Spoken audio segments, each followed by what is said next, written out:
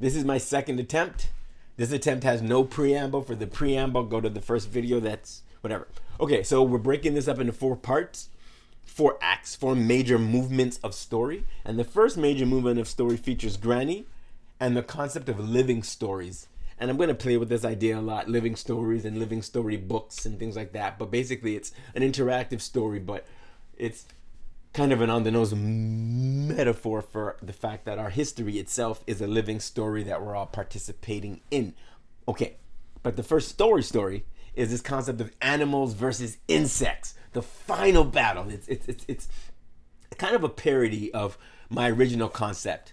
My original concept, before I really understood about decolonization and I really recognized that I was parodying neoliberal ideas at my best, really had me go back and change the entire story. But I wanted to put it in. So this first story series is basically a TV show or a movie or a story where there are 2 factions. There's the animal empress and the insect queen. And they're in a sort of a relationship, a loving relationship. This game they're playing is who would win, power over or power with.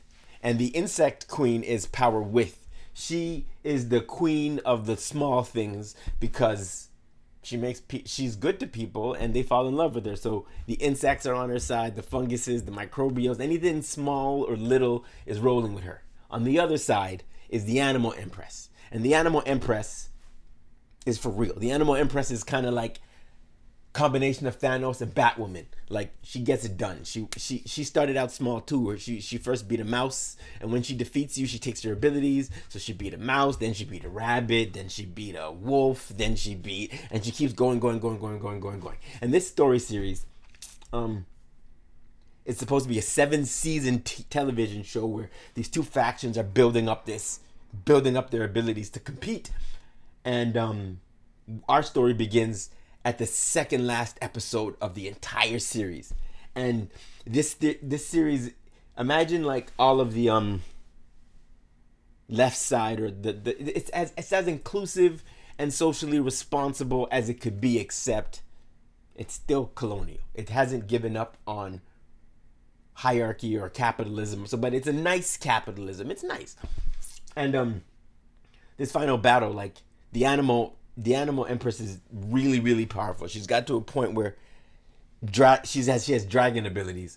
And in the final battle, and insect queen is really tricky. It's more like, imagine the Avengers versus the Guardians of the Galaxy. If you know what that is, you know what that is. The final battle, insect queen blasts her with the animal empress starts busting out with nuclear fire dragon breath. And at that point, insect queen was like, what? You got nuclear fire breath? Nah, I'm out. And the only reason she survived was because she had a roach shield. She had a roach shield, her max shield. And she decides that she's done. And she leaves. She refuses in the spirit of Leanne Simpson. She says, she puts up a barrier of bed bugs, like a bed bug field that to pass it you would get bed bugs, and that makes animal impressed be like, whoa. And then she runs away and like flees to Newtown, and our story exists in the space of the animal empress trying to find the insect queen to finish the game and win, and the insect queen on the run trying to delay losing, because the animal empress is actually the goddess of victory. She never loses. She's the protagonist. And the insect queen is actually the goddess of story and also tricks.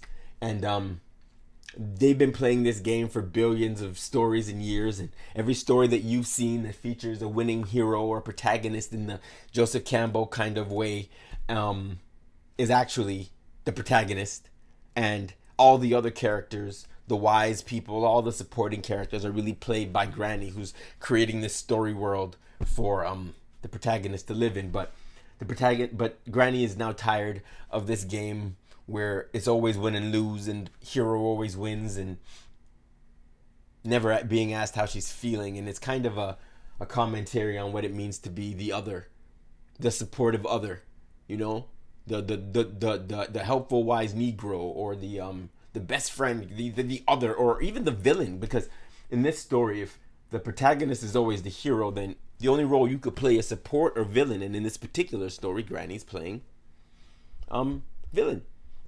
So she's on the run. And we talked about the nuclear dragons and the cockroaches and the bed bugs, and hero versus villain. All right, that's a typo. We'll fix that. Okay, so now Granny's gone, or she's hiding, and what she wants to do is she's trying to get the other values, the other gods, because I'm calling gods and values interchangeably because they're gods of values, right? And Granny's the god of story, and she is offering all the other values out there who exist in the story but don't actually have to feel it all, but they exist in story because they're represented thematically. She's offering all of these other values who are currently living in the animal and insect world, which is now, because it's been 7 seasons of story, it's been built up to this really nice, futuristic, inclusive, technological kingdom with flying cars and gold. It's your future fantasy. She's trying to get the values to leave that place and to hang out with her in this new place. And I really like this idea of the person who refuses and leaves not to be seen only as a leaver, but to be seen as someone giving birth to something new, you know, because it's not just that I left you, it's that I found me. So she's trying to found her new civilization by offering the gods a chance in her new story. So she's like, so really Newtown is called Newtown because it's kind of a workshop where Granny set up her little shop and is offering anybody who has an idea for a different story or a better way to come. So she's trying to seduce the gods with possibility, you know. I thought that was really cool. And in this story now, you'll see how Granny formed Newtown and who she had to recruit first and the friends she had to make. Hold on. So I've kind of color coded my world. So there's like the red nations, which are related to the kingdom, the animal nations. Each animal style group has their own thing, and then there's orange, which is the kingdom itself, and then there's yellow, which is the insect colonies. There's green, which is the Vibe Nebula, and there's blue, which is Newtown itself, called the Pulse. And you'll see, I have a little story as to how Granny made friends with each person and had them be a part, because even though Granny's on the run from the animal empress, they're still connected because they have this bond where the story doesn't change until one of them wins or loses, and the protagonist never loses. So Granny's really delaying the inevitable. This is the part where I'll tell you and why this story can end without meta even. Granny knows she can't lose. Granny knows she can't win because the protagonist always wins. So Granny is trying to create a situation or play enough tricks on the protagonist so the protagonist can realize that surrendering or relenting in your attempt at having dominance is not a loss. All the protagonist has to do is say, Granny, I want to be friends. Like, okay, well, stop. We can just chill. Like, not fighting is not losing. And she's just trying to create enough space between her and the protagonist for the protagonist to realize this. If the protagonist can realize this, then they have the good ending. And the good ending is we can not lose by stop fighting. Really, an idea that grounds the story for me is my distaste for the game of musical chairs. I think it's the worst game ever. You got people in a room, you got chairs, and you got music, and we're not gonna have a Soul Train line, and we're not gonna like dance. We're gonna walk around the chairs in a circle and compete to see who can sit on the. We're gonna knowingly restrict resources just for fun? No, that's not fun. Put the chairs on the side. Let those who don't feel like dancing sit down and talk and run some tunes. You know, so with me, it's really this idea of like, why can't we be together in a way that doesn't have losing? And for me, this idea really, really, really hit home after being in Dolene Manning's class when she basically made me realize that there's like kind of like two ways of being. There's one way of being where you're so full of dogma that you will not allow anybody else to be anything other than the way you are, the winning way. And then there's another way of being where it's like, yo, we can all just be. And you can't have a society where people are allowed to be if the dominant class is pushing dogma on everybody. But you can have a society when everybody can be if there is nobody doing that. So you kind of have to get that dogmatic, oppressive side to relent, which means you kind of have to get it to change. You have to confront it, and to ignore that side, to pretend that side, to try to act like we can all get along when that dominant force is there. It doesn't work. If the cancer is in the system is not going to work. So Granny is trying to create space from this force that she cannot defeat so that it can relent. That's really at the core of the story, and everything else is really just ways for me to entertain you while I play with that thought. Okay, so that's really the story in a nutshell. That's really it. But now we're going to talk about Granny's tiny desk, because my story is actually a musical story. So a lot of the battles happen in song. So everybody can perform. So Granny can rap. So Granny's tiny desk, it features her band. Her Newtown is, when she goes to Newtown, it's also a band. So these people that you're seeing, Chimera Cat, Flo, the Mind Garden, Quanta and her Shadow, Stop and Go, Vibes, and Mellow Chord, they all represent different aspects of Newtown, things that I want to say. For example, Chimera Cat, she's a chimera. She's a shapeshifter, but she started out in the animal nations as a stray cat. And she ended up bouncing from nation to nation to nation to nation because nobody would accept her. And she learned the ways of dance for all the nations, and then now she can do all the dances, and she's a shapeshifter. So she's got a song called How to Dance, where she teaches you how to dance, and really it's an elaborate metaphor for embodiment. Flow was created in the Mind Garden, and is a personification of consciousness, spirit, and water, and is the fungible fairy dust that they use to make everything go in Newtown. Quanta is a Granny's biggest fan, and is like, I would say she's a goddess of goddesses in a way. She's like an all goddess. She has this 3-headed musical instrument that she can kind of like make any sound on her own. So she's like a team on her own, kind of like Captain Marvel, but more. Stop and Go are two values. They're actually like gods themselves who really like the Granny's stop. She represents consent and boundaries, and she loved the way Granny just noped out of the story. So she's rocking with Granny, and Go is her twin sibling who's really into play and is like the other side of consent. You know, there's a no side and the yes side. Vibes, they represent I think they're fungus. They're green. They're fungus in harmony. So each character has a song that Granny will sing with them.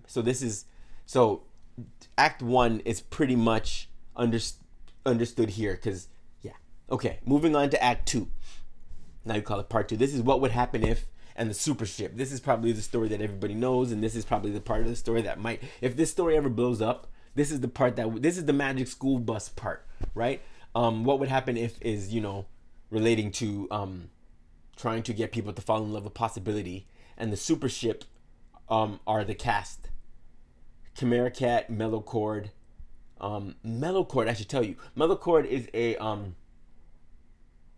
hybrid. He's fish, birds, and fungus combined, and he can sing a song to mellow you out. He's real cool. Anyways, they go around the pulse, helping people and solving problems and giving advice, and just really, they're like a symbol for like mutual aid and community development, and I might even call it the circle ship. You know what I mean? We'll get to that though. And it features Quanta, because at this point Granny now's chilling, right? What you seen young Granny doing her thing. Now Granny's she's doing other stuff. Meta's rites of passage. If my story was ever to be a movie, this is Meta's rites of passage. Where Meta, who's a young story stormer. What's a story stormer? A story stormer is a character who came from the original Animal versus Insects kingdom, and they're like the audience. So they're people who are able to leave the protagonist story to join Granny. They're like the people that we're trying to win over. They're actually future storytellers. and the audience. So this is an audience member who wanted to be in the story, who loved the super ship. So this is a whole story that is made to include a now orphaned kingdom person, and it shows their development through their development. It's really, I think rites of passage and things like that, and ways of getting humans to develop are kind of beautiful if you don't put people on a timeline and force them. But I think there are some things that need to be taught in order to be a good human, if you will. And some of my teachings, a lot of my teachings are influenced very heavily by Anishinaabe philosophy, which is making me smile because Anishinaabe also means good people. So, yeah. And it takes you through, he meets all the people. We'll get to that later.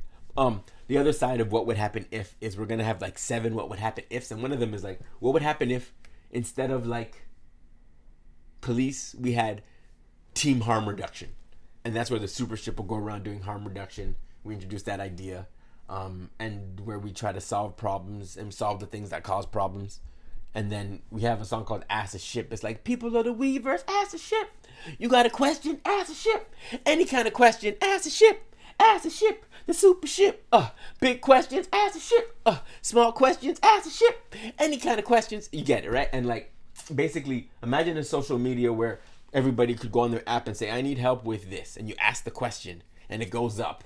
And then everybody who has an answer replies with the answer. And the super ship compiles all the information that was given by the community and then turns that information into a song, and then goes and sings a song to you who asked the question and your people who asked the question. And then it changes your being state. So it's not necessarily a dogma. It's not like instructions. It's more like they share understandings more than they share how to do things, so you can implement it in your own way. You'll even notice that in my how to dance, I'm not going to teach you steps. I'm going to teach you the how to listen to music with your body. You know what I'm talking about? All right, part 3. Oh, and part 2 can go on for a long, long time. This part, I imagine what we can do is, I want to feature different books and different thinkers and different activists. And the super ship will go visit the person who has the solution. So, for example, there's a book that I really like called All We Can Save. It's a book about climate change and operating from an indigenous/feminist-ish perspective. I really like it. And I want to like turn some of those teachings or one of those into a song and have that song represented by the author. So it's really, this is a whole way for me to shout out authors and stuff. Okay, now part 3. Now that we've given you the story, which is part 1, and we've given you just content and information, part 3 is where we really start to play. And this is where Meta now, his final what would happen if was what would happen if I had siblings. So he gets a little sibling, a little sister, and also he gets an alternate self. And now he has his own YouTube channel, and he's going to be interviewing all of the different values and gods that he can find. So like, he'll interview truth, he'll interview happiness, and they'll go on adventures, and it will be stuff. That's one side of it. That can go on. That could be a franchise too. The other side of it is anti-meta. Now, anti-meta is probably understood as Granny's second biggest fan. In my opinion, is there anything about anti-meta here? Yeah. In my opinion, when you really love an author's work, you criticize it. So anti-meta is like the critic. And I've left many errors in Granny's world, like the fact that they're using flow in this fungible way, not recognizing that it's alive, but not recognizing that it has will or that it has feelings, which is the same thing that, don't cry, which is the same thing that Granny experienced. And nobody in Granny's story caught it except anti-meta. So anti-meta, he's been writing his own fan fiction version of Granny's stories, and he edits them or takes out characters he doesn't like. So there's like an alternate version of Granny's universe. And eventually Granny finds a way to invite anti-meta into her story just to wreck stuff. And this results in what we call the Shadow War. The Shadow War. So there are insects, as you know, and they have a love economy where it's do what you love and pay with what you love. So if the bees make honey, you pay them in gratitude. The spiders make structures, you pay them in gratitude. Even the roaches do security, you pay them in gratitude. But what do you do with a damn mosquito or an earwig or some other insect that you don't like, or a hornet? You know what I mean? Or a wasp. They don't make no honey. So in this story right now, they're not, these insects are getting nothing. So Quanta has a brother. Quanta, the reason why she has so much abilities is because she can sing affirmations into herself. So she can say, I'm strong, and she gets strong. And she can sing to herself. Her brother's a hater though. He can hate on you. He could sing and make fun of you and lose your abilities. He's like a shadow. And he's selling the emotions that the Newtowners don't want to these insects that aren't getting any love. And he's created a shadow army. So there's a horde of wasps and I don't know what don't you like? Just name them. And worms, and no, worms are solid. Actually, worms are solid. And this is just really a conversation to talk about how there are good insects and bad insects. And now all the bad insects are wreaking havoc. And antimatter is going to be the impetus for this to begin, and it really exposes. And you can tell this has to go at the end of my story because it exposes all the bullshit that was in my story, and the Wees end up falling. And my best thing about antimatter is the reason why he's so difficult to defeat is he has this thing called "Is That Your Hill?" And if he says this, "Is that your hill?" Basically, whatever idea or thing you're advocating for, if you don't believe that this thing that you're advocating for is actually truly important, or if you believe that there's nothing more important than this idea, then you'll survive your conflict with him. But if you think that there actually is something more important, then you'll die. So let's say someone is advocating for what's something that I don't think is a big deal. Jasmeet Singh as NDP as Prime Minister. I imagine Leanne Simpson or Glenn Coulthard or Eve Tuck doesn't give a fuck who the Prime Minister. Oh, the Prime Minister is wearing a turban now? Fuck that. Get off our land.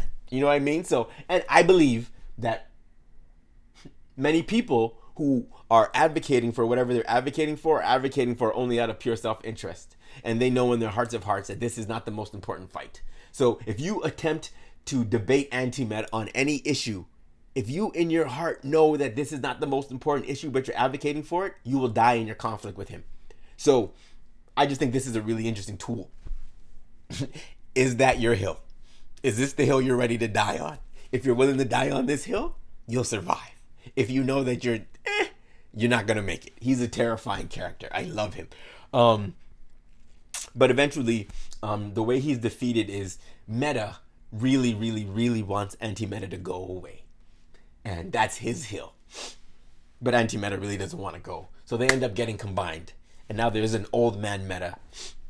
But also what happens is, in this story, because there's so much chaos being caused, not only does the protagonist find Granny, but she also converts to being a Newtowner. The whole kingdom is now converted. But that leads to dogma, because when systems and neoliberal systems take on ideas, sometimes they systematize them and force them on everybody in a really rigid way. So now my beautiful fluid utopia has become a corny dogma. And that's what part 4 is about. The kingdom comes to Newtown. Part 4 is my Colonial Wee arc. So now my Wees, my Newtowners, are now colonizers. And because my story exists in the nexus between stories, the Animal Empress and her kingdom are able to invade every story that exists.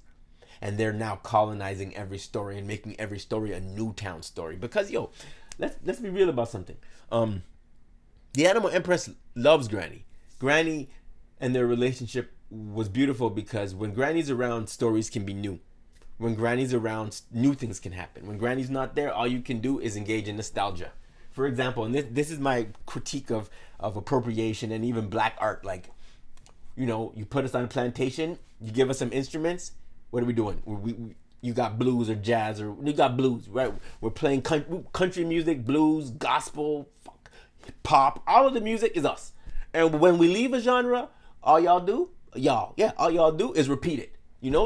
But it's also a conversation on how Disney and capitalism are just telling the same story over and over again. So without Granny, without heart, without a trickster, without storytelling, it's just entertainment. And the protagonist is bored. because she wants new stories, so she's just happy to have Granny back. And for her, these Wee stories are new stories, and they're just pushing them everywhere, which means your Spider-Man stories now have no violence in them. Now there's no more hierarchy. Everybody's the get-along gang. And the hope is to create a feeling within my audience that this is not good. The hope is to create a feeling in my audience like, we want you out of my story. And I'm trying to create a feeling in my audience that I imagine or assume that people who want to decolonize feel about us. Like, we don't want to be included in your story. We don't want to be acknowledged before it starts. We kind of want you to go. And I kind of want people to be like, I like your Newtown stories, Ruben. They're cute, they're charming, they're great, but we want Spider-Man to be Spider-Man, So that's really the energy behind this, but this is how it goes. And this whole piece, yeah. Okay, let's keep it going. Old Man Meta and Story Vision. So now in this story where the Colonial Wees have taken over all story, and Meta, who we've known and loved and seen grow through the rites of passage, is now combined with Anti-Meta, who's this overcritical grump, who's awesome. And now he's an old man. And Old Man Meta has something called story vision, because he can see all the possibilities of stories, even though he's in one, and it's making him, it's hard. He's having a hard time adjusting to being able to see so much at once. So he's struggling, and the world's a mess. And our friend Flo, QB consciousness block, is now Queen Decolonize or Queen Defragment, or she's been through a lot, and she got hacked in order to be taken, and she's so there's a lot happening. Maybe I'll edit this part. There's another character called Harmonic. In the conflict of the Shadow War, Granny dies, maybe, and she's reborn as a character called Harmonic. And Harmonic is actually the offspring of Chimera Cat, who's a shapeshifter, and Mellow Chord, who is the musical. So this character now has musical abilities and dance abilities. He's really interesting, but he was raised by the colonizers, and thinks, and the story begins with a documentary about the history of the Wees.